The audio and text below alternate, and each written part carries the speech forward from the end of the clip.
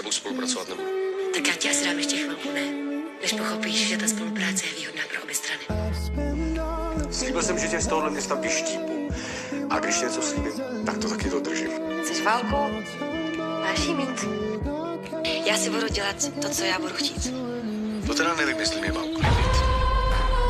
A myslím, že bychom ji měli zachránit. Ježišmarja, vy jste se opravdu úplně zbláznili.